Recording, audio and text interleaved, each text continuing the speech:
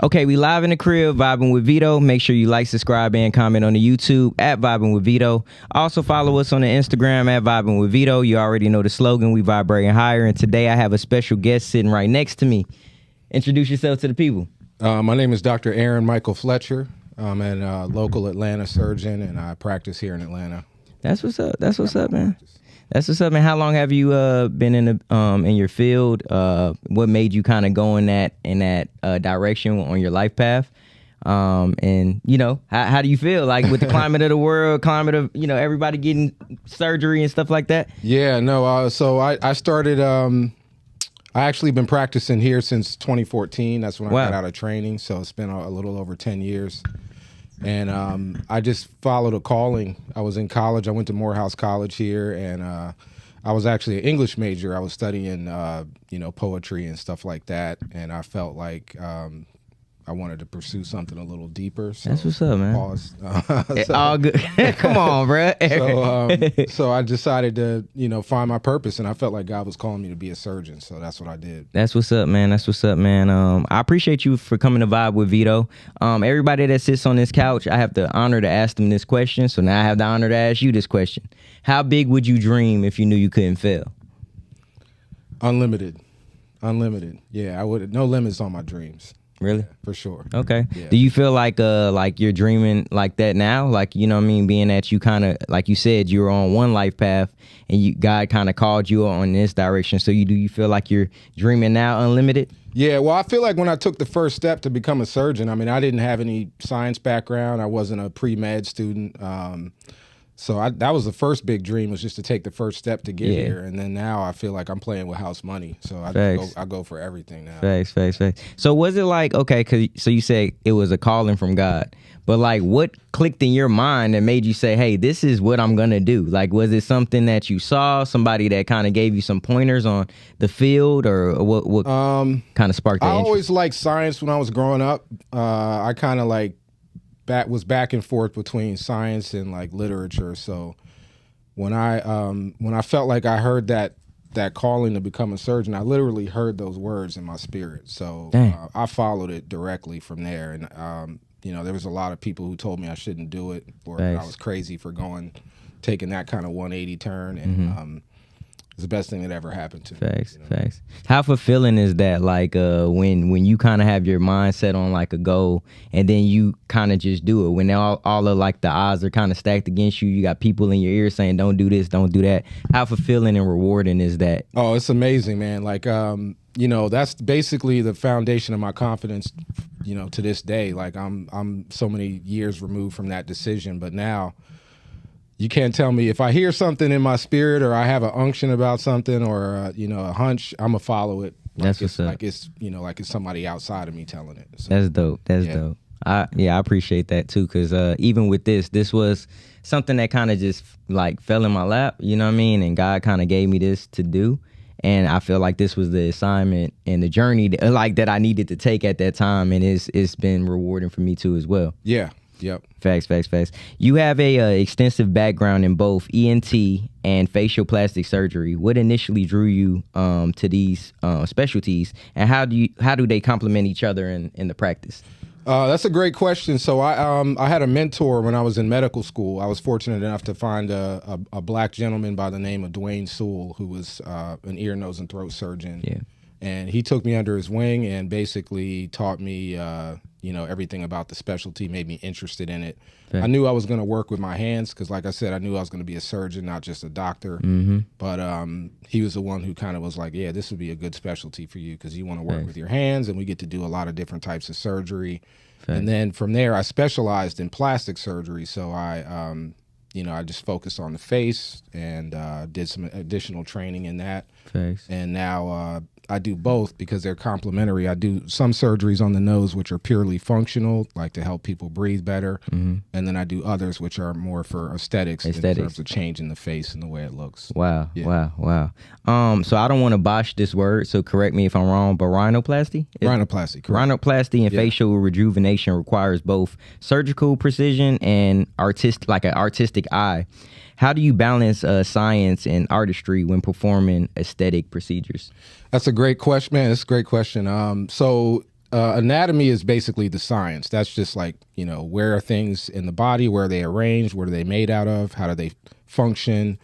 And then the artistic part is like deciding how they should look. So that's the part that you really just develop from, talking to patients, doing a lot of surgery. Nice. You can't learn that from a book. That's more experiential, and it's something that every surgeon has their own artistic flair about how they do things. Right. So I wanted to be somebody who was like an artist with the scalpel. That's how I consider myself now. So that takes a lot of studying faces, studying different noses, looking at what works on people, what doesn't, and trying to stay within the boundaries of what God already gave them. Right. So has and this is like kind of like still in that same realm of question, like has someone ever like said, hey, I want to look like this, and you just know that it's like, bro, this is not like the typical nose for you. Yeah. Like, how do you decipher or like kind of like differentiate like how to kind of balance telling them like, bro, this is not really what you want, but still kind of give them what they asked for in the same breath?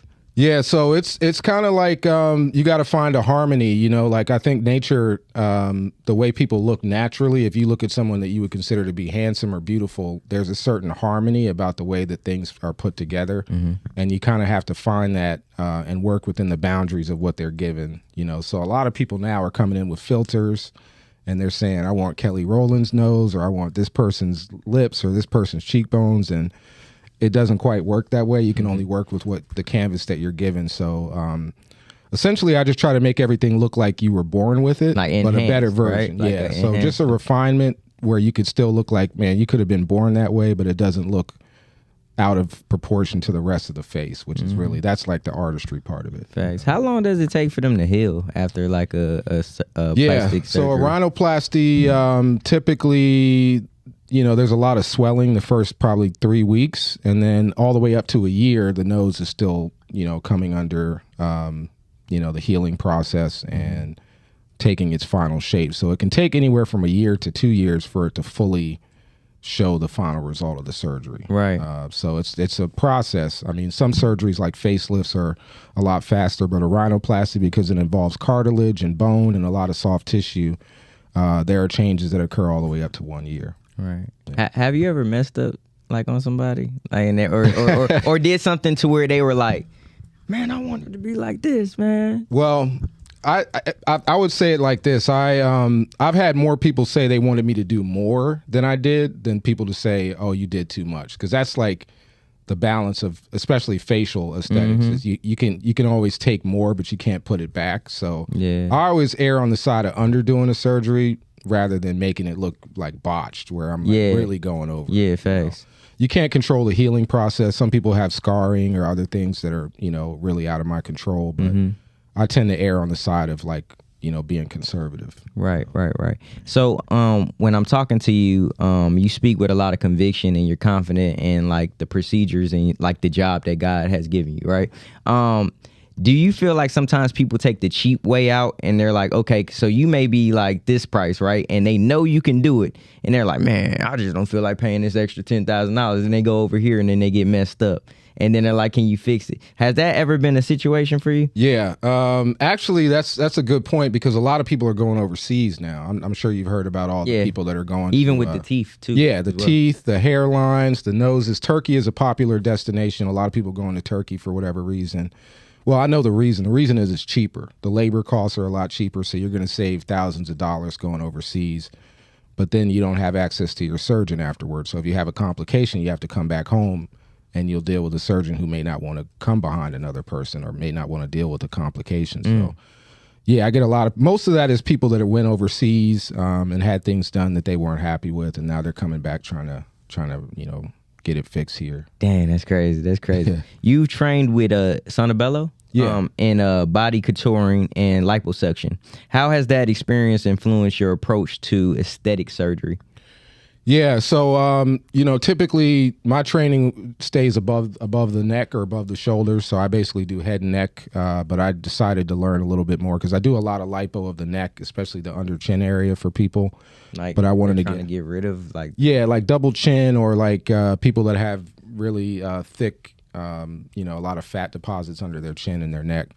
So I had a lot of experience doing that type of liposuction, but Sonobello was I kind of looked at it as a training experience where I could learn a little bit more about body contouring. So I spent a long time honing my skills there, doing hundreds of surgeries, just getting really good at liposuction, just to kind of pick up extra skills and learn from some really good surgeons there. So yeah. So can you explain contouring and like what is contouring? Contouring is like changing the contouring. Contouring is like changing the silhouette. So like people that have that want like kind of like a hourglass, that's what we do when we contour. So liposuction is just a tool to achieve a certain contour. So liposuction is basically removing fat deposits from under the skin to give people that the silhouette that they want with their hip and their flanks and things like that. So it's basically just changing the silhouette. Right.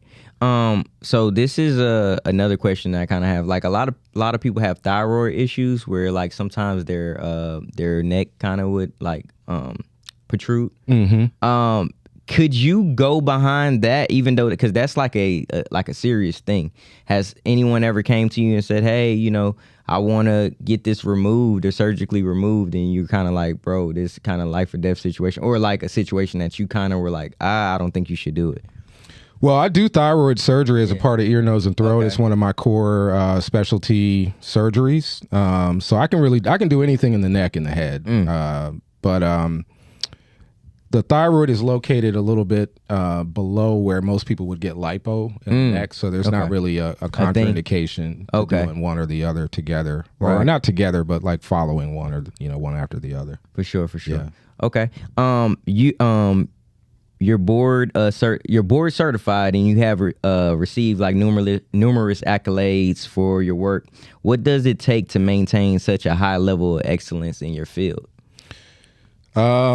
Dedication, and just a desire to be the best. Like, I don't want to be, I want to be a beast at this. You know what I mean? Like I wanted to be the best of the business since I got into it. I didn't get into it to play around. So I do a lot of reading. I'm constantly studying techniques. I'm constantly learning, going to courses. I live and breathe this stuff because it's like it's not just my job; it's literally my calling. So I don't treat it with any degree of nonchalance. I just go hard every day at it. They say to be great, you have to put in 10,000 hours. How many hours you think you put in? Definitely. If I'm not there, I'm getting there. I mean, I know overall I probably passed that, but I try to shoot for each procedure. So, rhinoplasty, I'm probably not at 10,000 hours yet. Certainly ear, nose, and throat, like my core stuff, like tonsils and sinus surgery, I've probably done 10,000. Bro, I might need sinus surgery. I ain't gonna lie, my sinuses be crazy. I got you. Well, a lot of people in Georgia know. I mean, this is like one of the biggest pollen places in the country. There's a certain mixture of trees here. So we get a lot of pollen, and a lot of people that move from other places that come to Georgia or specifically to Atlanta, they have a lot of problems with their sinuses. Yeah, man. So. And I just kind of, I feel like I just kind of like developed like this whole thing with pollen and stuff, because when I was a kid, I wasn't really, it didn't bother me, but becoming older, it's like, bro, like my sinuses are crazy. Like just the other day, I was like, I guess we needed to get like a humidifier like in the room or whatever. Like my nose was bleeding. It was just crazy. My sinuses go crazy though. So, yeah. You should consider doing a sinus rinse. Like we created our own. My brother and I, who shout out to my brother who's not here today, but I'm gonna chop it up. He's a nurse. But we developed our own sinus rinse because we just wanted to help people that were having a lot of problems. But a lot of people in Georgia have this problem. So what is a sinus rinse? So like, have you ever heard of a neti pot or something that you can use to basically flush out your nasal cavity? And if you get a lot of pollen when you breathe, or if you're susceptible to pollen, it helps to clean all that out. So when you go out in the atmosphere, you don't have that stuff accumulating in your nose. That's what causes you to get congested. That's what causes you to sneeze, to have the runny nose, the watery eyes, the itchy throat. So just getting a good wash during allergy season is a really important thing to do to prevent allergy symptoms. Right. So if you were to get sinus surgery, would that eliminate your sinuses, period? Not really.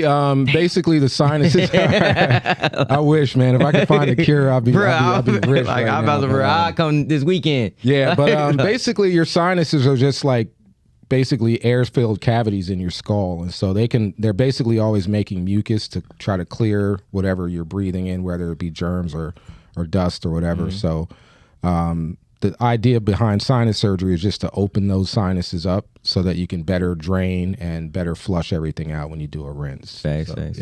I have a slogan that I always say, purpose over popularity. When I say that slogan, how can you put that in your own words? I think it's a great slogan. I would say you can definitely be purposeful and become popular, but you can't become popular. You can't become purposeful from being popular, in my opinion. So I would definitely say purpose holds much higher weight, because you know, if you're purposeful, you're eventually going to become popular. Right. But the other way is not true. Right. Facts. As the founder of the Georgia Center for ENT and Facial Plastic Surgery, what sets your practice apart from others in the industry? Well, first of all, it's just, it's something that I started, I was actually an employee to begin with, and I decided I wanted to do my own thing and control the experience that patients have. So if you come to my office, you're going to have a certain experience. You're going to be greeted by, great staff, friendly staff. You're going to see my face all over the place. I've got cartoons. I've got products that I've developed, brochures. So I decided everything that is in my practice is going to be some footprint of my creativity or my expertise. So I put a lot of time and effort into a unique way of educating people. I use hip hop. My brother is raps. He writes raps, and we're both in healthcare. So we decided to make this character, Dr. Knows Better, which is essentially bro, you just asked my which is essentially that's basically like me, but we're trying to make it something that gives representation, because my pediatrician was a black woman by the name of Betty Cato, and because I saw her growing up, that made me realize I could be a doctor, to be quite frank. So I want kids to come in my office and see the cartoon and see me and be inspired to get into the field, because we need more representation from our people in medicine. So that's dope. I put a lot of energy in just to putting representation to what we do. That's dope, man. Can I ask like a question? Maybe, I don't know, maybe you may know, maybe you may not know. So you specialize in plastic surgery and all this stuff like that. What is a BBL considered? Is that still plastic surgery? Like what type of surgery is a BBL, bro? So BBL is basically, it's a type of contouring, actually. So you're taking fat from the abdomen or the flanks, and you're basically using it to sculpt the buttocks. And so it's still considered plastic surgery. Plastic surgery just means that you're changing the form or the shape of something. So when you hear the word plastic, it doesn't mean like literal plastic. It just means that we're changing form and shape. So the BBL, even though it's got like a really bad name, I think it's kind of, the pendulum is swinging away from the kind of, I was about to say that, the diaper booty that we used to see. I used to call it the diaper booty, but they have a what's called a skinny BBL now, which is picking up. A lot of people want to look more natural. I think in general in plastic surgery, people are opting for a more natural look now. You see people getting their fillers dissolved, like Blac Chyna and these other high-profile celebrities. They're getting them take it out. They're getting things reversed. They're getting implants removed. They're getting fillers dissolved. So I think we're entering an era of a more natural-looking aesthetic, which I think is dope, because then we're gonna be able to. We won't have so much ridiculous looking stuff out here. It's crazy, bro, because a lot of times it doesn't match with their legs, bro. So it'd be like, you know how an ant look? Yeah. Like, bro, like it'd be like crazy. Like, I don't understand it. I never really liked the big old asses. Like, you know what I'm saying? Like that was never my thing. Yeah. I think there was I guess the Kardashians are actually credited with making the big, like the grotesque looking booty popular, but like I said, I think we're swinging away from that, and I just think because now people can understand the ratio between the buttocks and the thigh. You're seeing a lot of people that are just like, look, we can't do this anymore. Yeah. So nah, that's dope. That is dope. Yeah. You recently earned a certification in artificial intelligence strategy from Cornell University. Yep. Congratulations. Thank you, man. Thank you. How do you see AI impacting the future of ENT and facial plastic surgery? Oh, it's going to impact everything. I think we're going to see, just I think doctors are going to be using it to plan surgeries. I think they're going to be I use it to reference the literature. So if I have to look up a question, or even if I have to draft an email, or if I want to write an article, I'm using AI for that. And so I think it's going to you're going to see it more and more in medicine, because it's going to be hard for doctors to compete with AI as far as just the knowledge base and having all that information at their fingertips, and also, synthesizing it into something that's actionable. That's artificial intelligence is going to be the best at that. Right. Do you feel like AI is smarter than humans? Well, keep it a bean. It will be. I think it will be. That's the promise of it. But I think you're always going to need a human to sort of supervise what it's doing. And I think humans are always going to have to be involved with AI, but in terms of like being smarter, I think it's going to get to the point where it surpasses human intelligence. That's so crazy. Unfortunately, yeah. So what will we be needed for at that point? I think, well, just to add the human element and to police it, because, it doesn't really have the emotional capacity like a human being. Like, I can hear something and I can pick up on an emotional tone, or I can have something resonate with my spirit. Right. You don't have that with AI. So you're always going to need people to add the human element to information and to strategy. So I think we're always going to need people to supervise AI, but we're actually going to benefit from what it does, I think. That's crazy. Yeah. That's crazy. So I already asked you about like artificial intelligence. So we'll just go to the next one. With enhancements in non-surgical aesthetics, what are some of the most exciting treatments available today for patients that you would let people know about? I think one of the things that's coming down is just like customized implants. So I do a lot of facial implants, and it used to be kind of like you would get one size, or you would have a small, medium, and large, and you would have to maybe adjust it or cut it or fix it to where it fits the patient. But now we can use like 3D printing and things like that to actually customize things directly to people's facial anatomy. So I think the customization element in plastic surgery is going to be really exciting in the next probably 5 to 10 years. That's crazy. That's crazy. You and your brother are working on a documentary about the declining healthcare access and different things of that nature. What inspired this project, and what do you hope to achieve with it? Yeah, good question. So we're both in Atlanta. I started my practice at Atlanta Medical Center, which closed about 2 years ago. Yeah, I used to live down the street in Fourth Ward. Yeah. So I had a big connection and a big footprint in that hospital as an ear, nose, and throat. So I literally started my career there. So when they closed those two hospitals, I saw the effects that it had on the community. It had effects on doctors, their careers, their ability to earn a living. So I started thinking, what type of history does this, sort of tie into? So I started studying. My brother and I started studying the history of the Black hospital movement, which is basically the period between slavery and civil rights, where we had our own hospitals. We had doctors going out and starting healthcare institutions, starting hospitals, starting medical schools, starting nursing schools. And so I think that's an important piece of history to bring back up, because it lets us know that we can actually control our destiny as far as healthcare, and we can be institution builders again. So I want to get that in front of people. Just like we celebrate Black Wall Street from the business and entrepreneurial standpoint, we have a rich history of starting hospitals and taking care of other people. So I think that would be important history in light of what happened here in Atlanta with those hospitals closing. How has your work, both private practice and community advocacy, shaped your perspective on the healthcare disparities?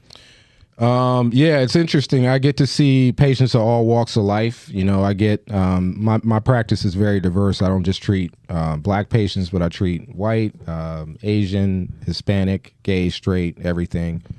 And I see what I really study is the human condition. That's what I say is like basically what ties us all together as human beings. And once you're sick, you don't really think about your race. You just kind of need help. You just go wherever you're going to get the best help. So when I started getting into my practice, I learned a lot about just humans and their lives and what they struggle with. And so I just became passionate about helping people the more I learn about people, because every time I get to interact with a patient, I learn more than I actually teach.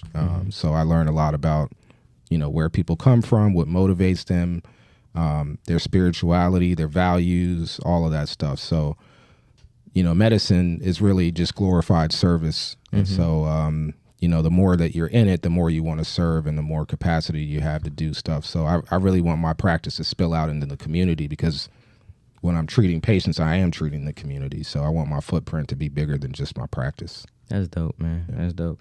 You've authored multiple scientific publications and reference texts. What key insights or knowledge do you hope to share with the next generation of medical professionals?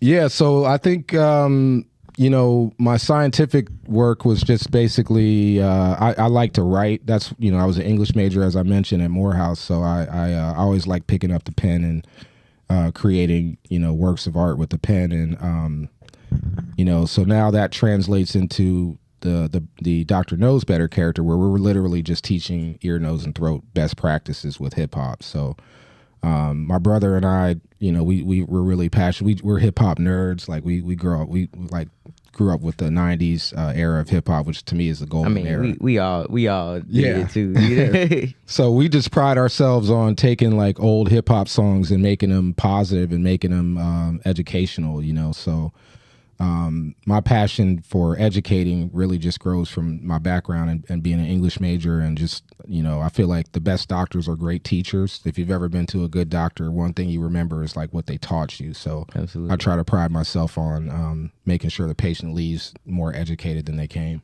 Absolutely. If you can tell your younger self anything, what would it be and why?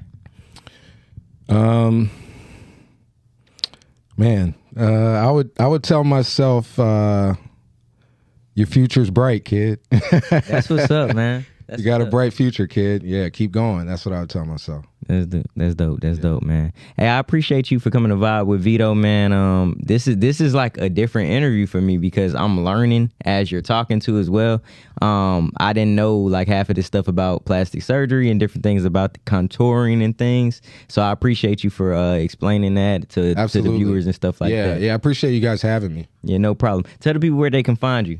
So yeah, we got a YouTube channel, Dr. Knows Better. That's my brother and I's content. I'm on Instagram at Aaron Fletcher MD, and my brother's Fletch World at Fletch World, FLETCHWRLD, and then Knows Better on Instagram is where we have all of our content, and our ideas are up there too. So that's what's up, man. Hey, thank you for coming, man. Yeah, appreciate it. Real talk. Yeah, appreciate it. Hey, it's been another episode, a wonderful episode of Vibing with Vito. Make sure you like, subscribe, and comment. Hey, shout out to our sponsors, Rye Mushroom Coffee. If you want optimal health with your digestive system, make sure that you hit my affiliate link that will be located at the bottom of the screen. And we're gone.